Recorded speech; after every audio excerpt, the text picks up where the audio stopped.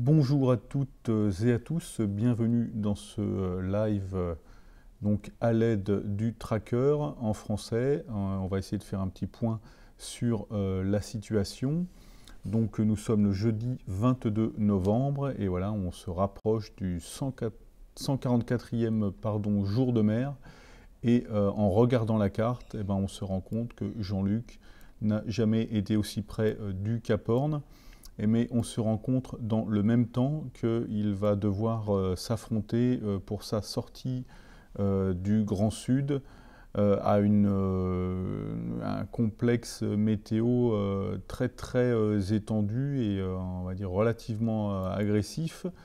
Donc si on observe voilà, la distance à laquelle il se trouve aujourd'hui du Cap Horn en utilisant le petit toggle roller, cet outil bien pratique qui permet donc de mesurer la distance entre les objets donc matérialisés sur la cartographie, on se rend compte qu'il est à peu près juste un petit peu plus de 200 000 du Cap Horn, donc il va le passer en début de week-end.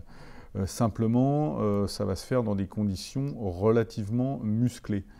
Si on observe les prévisions météorologiques, on voit là pour l'instant qu'il est dans un flux de nord-ouest relativement puissant et qu'après une petite accalmie dans la journée, le vent va se renforcer une fois de plus pour atteindre des valeurs voilà, entre 40 et 50 nœuds. Donc on peut imaginer effectivement, là il y a même les petites zones un peu violacées là, qui sont plus du côté des 60 nœuds. Donc ça s'annonce ce 12e passage du Cap Horn, parce que Jean-Luc, en tout cas, selon mes souvenirs, a déjà passé 10 fois le Cap Horn, soit en course, soit en mode record, plus une 11e fois en croisière. Donc ce sera la 12e fois qu'il le passera. Ça ne va pas se faire dans la facilité, ça va se faire dans la violence des éléments, manifestement. Et toute la difficulté, ce sera de ne pas trop se rapprocher des côtes, puisqu'à mesure que l'on se rapproche des côtes, eh bien, la houle devient de plus en plus abrupte et potentiellement dangereuse, puisqu'elle va se briser. On va regarder un petit peu les valeurs de la houle également. On va remonter dans le temps pour voir un petit peu la façon dont ça évolue. Donc vous voyez, là il est en fin de... Il est voilà, en limite un petit peu comme ça d'une houle grossissante, mais on va voir que la houle elle va revenir avec le vent évidemment. Et donc à mesure, on va prendre un petit peu de recul pour voir le phénomène arriver. Voilà, on en a pris un petit peu trop. Voilà. Donc là, Jean-Luc, on voit qu'il est à l'avant d'un train de houle qui est relativement conséquent déjà, puisqu'on est au niveau des valeurs, on est aux alentours des 6 mètres. Pardon.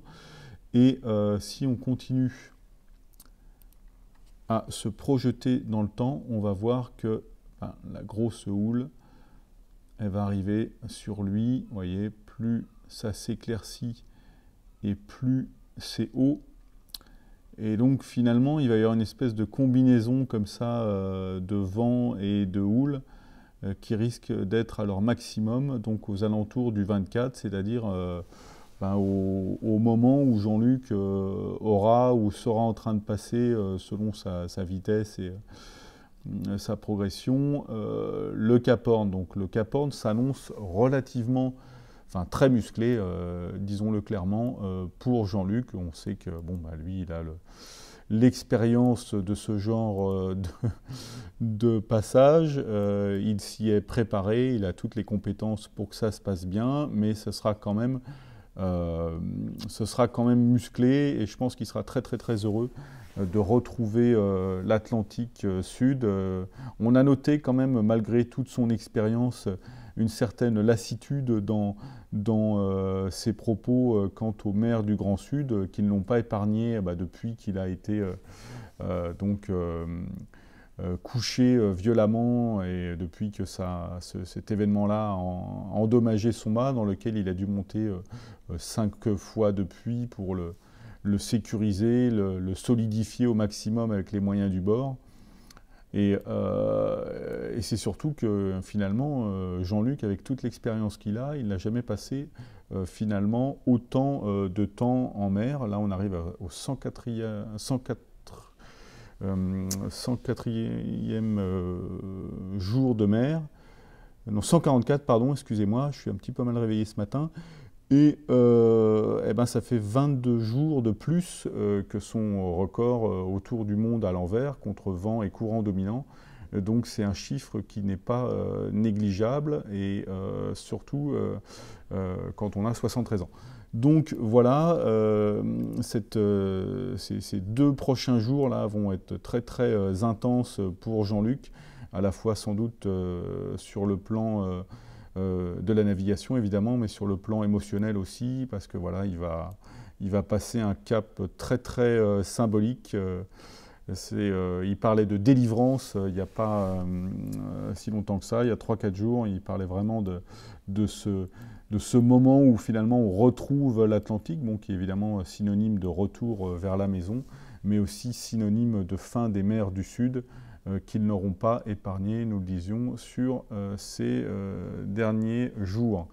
Mark Slatz, lui, de son côté, voilà, il est en haut de ce système dépressionnaire. Donc pour l'instant, finalement, il bénéficie d'un vent d'ouest qui va progressivement peut-être s'orienter un petit peu plus, voilà, à mesure qu'il va descendre. Non, ça va rester relativement... Ça va être un bon angle finalement pour faire de la vitesse en route directe. Et lui, c'est pareil, bon, ben, il va devoir composer avec une mer relativement importante, mais il restera toujours en limite, voilà, en limite haute de la plus grosse houle. Donc ce sera pas forcément... Et on sait que bon, bah, dans l'océan Pacifique, même si la houle est très importante, elle est beaucoup mieux ordonnée que dans l'Indien, et donc ça, c'est plus maniable pour les marins. Donc Mark Slatz, lui, il va pouvoir descendre sur le Cap Horn relativement rapidement aussi, et dans des conditions qui seront certes soutenues, musclées, mais qui devraient être relativement maniables. On va juste mesurer ensemble l'écart qui existe toujours entre les deux bateaux, puisque visiblement, voilà, on se rend compte que Jean-Luc, ben, pour l'instant, il arrive à maintenir l'écart qui s'était stabilisé aux alentours des 1400 milles.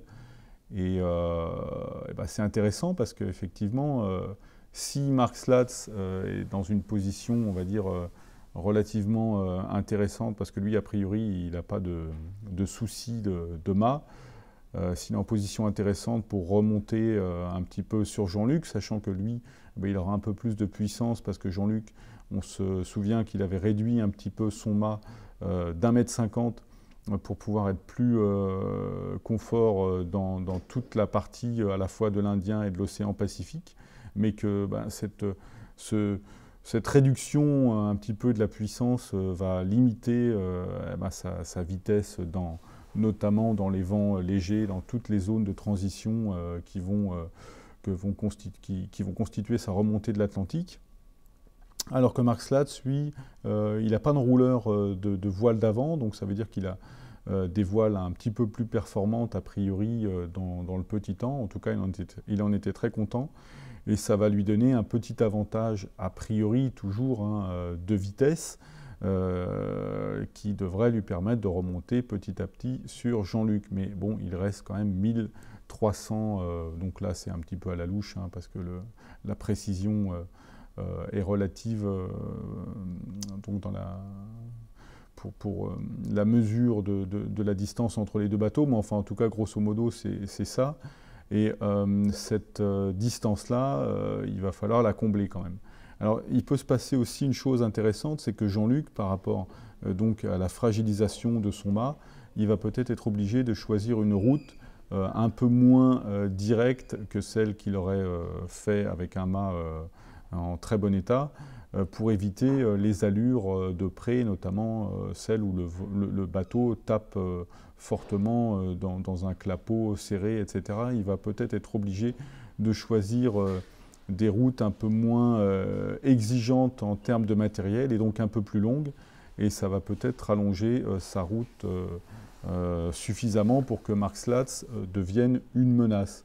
Donc là, c'est un scénario qui va être quand même très très très intéressant à suivre et qui peut nous offrir un finish d'anthologie. De toute façon, quels que soient les scénarios, je veux dire, le retour des bateaux, de toute façon, va être absolument phénoménal dans le sens où, voilà, ça voudra dire qu'ils seront allés au bout d'une aventure quand même à la fois très longue et très, très, comment dire, incertaine en termes de progression. Et voilà, tous les bateaux qui vont arriver au bout de cette aventure auront réalisé un exploit, et ceux qui seront arrêtés en route parce que la mer ne les aura pas laissés passer ou parce qu'ils auront dû abandonner pour des raisons particulières, mériteront quand même tout le respect qu'on doit à des marins qui s'engagent dans des événements aussi forts. Bref, ça, ce sont des considérations un petit peu plus personnelles, mais bon, voilà, au moment du passage du Cap Horn,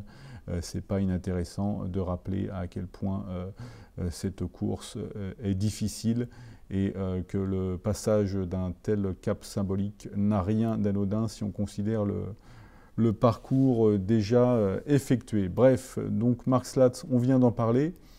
Oukou Ranma, donc là, on va se rapprocher un petit peu de Oukou et de Suzy. Donc là, c'est intéressant ce qui se passe entre Oukou et Suzy, parce que finalement, Suzy, elle était un petit peu frustrée d'avoir dû s'arrêter en Tasmanie pour laisser passer le mauvais temps, mais finalement, elle n'est pas très très loin de Oukou. On va mesurer la distance là ce matin pour voir un petit peu ce qu'il en est. Donc voilà, c'est aux alentours des 270 000. Donc ça s'est un petit peu étendu par rapport à hier, parce qu'on voit que Suzy, elle est un petit peu au près dans un vent relativement léger, pendant que Oukou, lui, il est parti un petit peu au nord dans un vent un peu plus fort. Donc a priori, il doit marcher un petit peu plus vite. Il a 5,5 nœuds, pendant que Suzy, voilà, est à 4 nœuds 6. Donc il y a quasiment un nœud d'écart.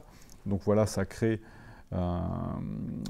ça augmente légèrement l'avance d'Oukou, mais on va s'intéresser donc au temps, à la météo à venir, en restant voilà, relativement centré sur ces deux skippers. Et voilà, en avançant, on se rend compte que voilà, Suzy va rester dans un vent comme ça, en plus qui va avoir tendance à être de plus en plus de face, pendant qu'Oukou, lui, a priori, continuera à remonter vers le nord, comme ça, dans des vents un peu plus forts. Mais là, on est toujours dans la journée du 22. Voilà, donc là, on passe à la journée du 23. Ça se complique toujours un peu pour Suzy, qui va bénéficier d'un vent moins fort et moins bien orienté. Simplement, quand on avance dans le temps, voilà, donc Suzy va être ralenti, c'est clair, plus que Oukou.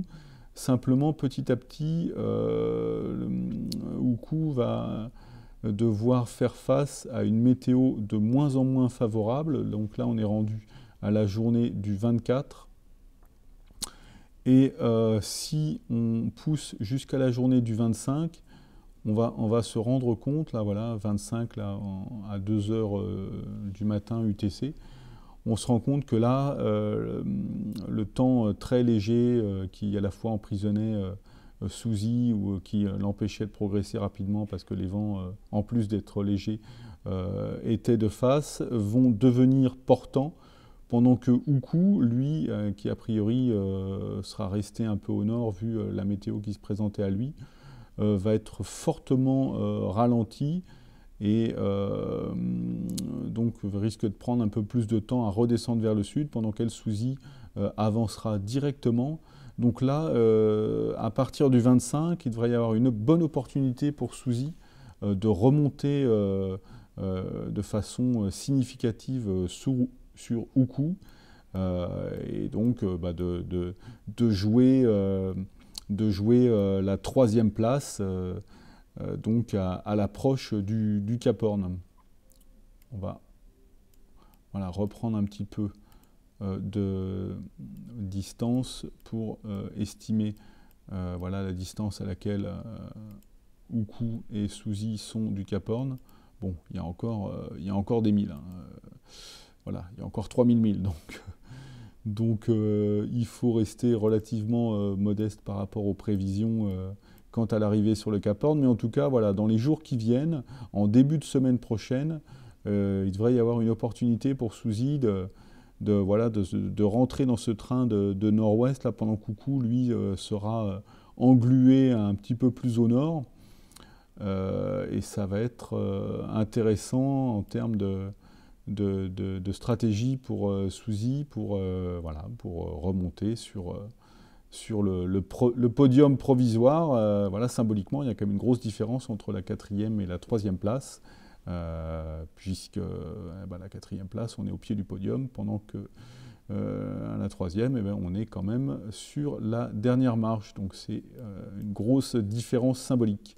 Bref, intéressons-nous maintenant à notre ami Istvan. Istvan, voilà, qui se plaignait d'enchaîner les problèmes depuis le début de Tour du Monde. Il est quand même 5e. Il est... alors, on va mesurer la distance qui le sépare de Suzy. Il est à 500 000 de Suzy, donc en 5e position. Donc quand même une belle performance aussi pour l'américano-hongrois qui s'est très bien détaché de Tapio Lehtinen. Alors lui, Tapio, c'est vraiment le grand perdant de la semaine. C'est vraiment terrible ce qui lui est arrivé à mesure qu'il approchait du sud de la Nouvelle-Zélande. Il s'est vraiment retrouvé dans un régime de vent de face qui l'ont complètement bloqué. Et depuis, il fait des allers-retours dans le sud donc de la Nouvelle-Zélande pour éviter de trop se rapprocher des côtes. Et donc le vent là est en train de ralentir, mais il va devoir quand même progresser au près. Et on va regarder la météo donc, pour ces deux marins en grossissant un petit peu la carte. Voilà, on arrive à les avoir tous les deux ensemble. Dans les prochains jours, pour voir un petit peu comment va évoluer la situation pour eux. Alors, en ce qui concerne Istvan, lui, il va rester dans un régime de vent de nord-ouest, qui va rester stable. Donc, a priori, il va plonger un petit peu vers le sud, pendant que lui, Tapio, donc à partir d'aujourd'hui, 22 novembre, et voilà, il va devoir composer avec des vents qui vont l'obliger à naviguer au près. Et en plus ça va aller, plus ça va être de face. Donc il va vraiment être obligé de tirer des bords, sachant que son bateau est plein de bernacles donc qui recouvrent la coque sous la ligne de flottaison et qui gêne sa progression au près. Ça va être les prochains jours vont vraiment être douloureux pour Tapio qui s'est fait décrocher. Et voilà, on voit que là, même jusqu'au 25, il a toujours des vents de face. Voilà, là, c'est vraiment pas le bon scénario pour Tapio. Là, je suis rendu au 27 et c'est pareil, il est toujours vent de face. Et là, on est rendu au 28. Voilà, donc petit à petit, en fonction de sa progression, oh là là, ouais, vraiment, eh ben non, jusqu'au 30, pauvre vieux, voilà, jusqu'au 1er décembre, eh ben, il va être au près. Donc c'est la grosse punition pour Tapio et ça va lui faire perdre beaucoup de terrain sur Istvan. Et voilà, le groupe donc que j'avais tendance à appeler des poursuivants, donc qui étaient emmenés par Coucou, et bien, il va quand même bien éclater, et aux dépens de Tapio principalement, pendant que Suzy, a priori, aura peut-être une opportunité de remonter sur Coucou. Intéressons-nous maintenant aux deux bons derniers de la course, qui, vous le voyez, sont dans le sillage virtuel de Sueli. Donc à une distance qui est quand même relativement importante, ça veut dire qu'ils sont plus lents qu'il y a 50 ans. Mais bon, Marc Sinclair, visiblement, ça Ça le travaille pas trop. Lui, il est là pour s'amuser, pour prendre du plaisir, et il le fait très bien a priori. Donc là, si on regarde à la journée d'aujourd'hui, comment ça se profile pour lui, ben voilà, il est à 3,6 nœuds dans un vent de nord-ouest relativement maniable. Au niveau de la mer, a priori, ça doit être relativement tranquille aussi. Voilà, bon, il y a un petit peu de houle quand même, malgré tout. Mais bon, rien de bien méchant. Et,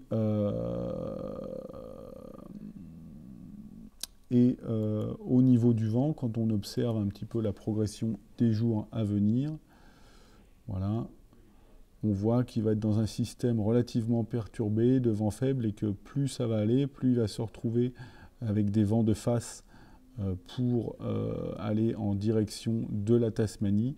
Mais à partir du 25, il va être rattrapé, voilà, par cette bande de vent de nord au début, et puis qui vont progressivement, après une petite zone de transition, tourner au sud, voilà, et ça va l'emmener voilà, tout un moment en route directe vers la Tasmanie. On voit même qu'il y a un moment où bon, il risque d'être confronté à une petite zone de haute pression qui va le ralentir, mais voilà, logiquement, à partir du 25, ça devrait glisser pas trop mal jusque vers la Tasmanie. Quant à notre ami russe Igor, voilà, il est à 3,2 nœuds ce matin. Si on mesure la distance à laquelle il se trouve de la Tasmanie, on va en profiter pour le faire pour Marc Sinclair. Voilà, au niveau d'Hobart. Voilà, 300 000 quasiment pour Marc Sinclair et 2150 000 pour Igor Zaretsky. Donc il y a quand même encore des milles à parcourir pour rejoindre le deuxième drop point de la course. On sait qu'Igor a l'intention sans doute de bien sécuriser la réparation de son étai, qu'il y a de bonnes chances qu'il passe en catégorie Chichester. Pour Marc Sinclair, visiblement, il a quand même des soucis d'eau qui vont sans doute l'encourager à refaire le plein aussi du côté de Hobart, donc ça le ferait passer lui aussi en catégorie Chichester. Mais voilà, ces bateaux seront dans une autre catégorie, mais toujours en course. Et pour finir sur Igor, en regardant la météo qui va l'accompagner ces prochains jours, on constate que voilà, il va être dans un régime voilà, de vent d'ouest relativement maniable, voilà, qui devrait pouvoir l'emmener tranquillement vers l'est en route directe, en tout cas jusqu'à demain. Et ensuite, voilà, ça va passer au sud, donc il sera au travers. Voilà, donc vous voyez une progression logiquement relativement douce et pas compliquée, où le vent oscillera entre l'ouest et le sud. Voilà. Donc voilà pour une petite situation générale un petit peu de la flotte. Vous voyez, on se rend compte qu'elle est vraiment très étendue maintenant, que, alors que Jean-Luc s'apprête à passer le Cap Horn, et ben certains n'ont même pas atteint le Cap Lewin. Mais voilà, le parcours est tellement long que ça provoque ce genre de situation. Et nous sommes donc rendus au 144e jour de course, ce qui est quand même très impressionnant. C'est peut-être même la première fois qu'une course, enfin non, c'est pas la première fois parce que c'est une réplique donc de la Golden Globe Race qui avait pris 313 jours à Sir Robin Knox Johnston, mais en tout cas c'est très inhabituel comme situation, et voilà, on assiste à cela en direct, et l'aventure est loin d'être terminée, et tout ce qui va concerner la remontée de l'Atlantique risque d'être très intéressant, surtout si on a un resserrement à la fois de Jean-Luc Van Den Ende et de Mark Slatz, et de Uku Ranma et de Suzy Goodall, donc aux 4 premières places, sachant qu'István n'est pas si loin que ça non plus de l'anglaise et de l'estonien, donc il peut se passer encore des choses là. Voilà, ce sera beaucoup plus compliqué pour Tapio, là, qui malheureusement s'est vraiment fait fermer la porte du Pacifique au nez assez brutalement. Mais voilà, c'est comme ça, c'est la météo, on n'y peut pas grand-chose. C'est la dure loi de la météo. Voilà, donc voilà pour ce petit point. On va suivre là, avec beaucoup d'attention le passage de Jean-Luc Ducaporne, donc son 12e. Et la semaine prochaine, si tout va bien, il sera de retour dans l'Atlantique. Et donc, un peu plus près encore des Sables d'Olonne, où il est attendu, du coup maintenant plutôt fin février, que début février comme initialement prévu. Mais voilà, ça c'est l'histoire de la course nous le dira, mais on va devoir patienter encore un petit peu. Voilà, donc merci beaucoup, merci à tous, et je vous dis rendez-vous à la semaine prochaine pour un nouveau point vidéo.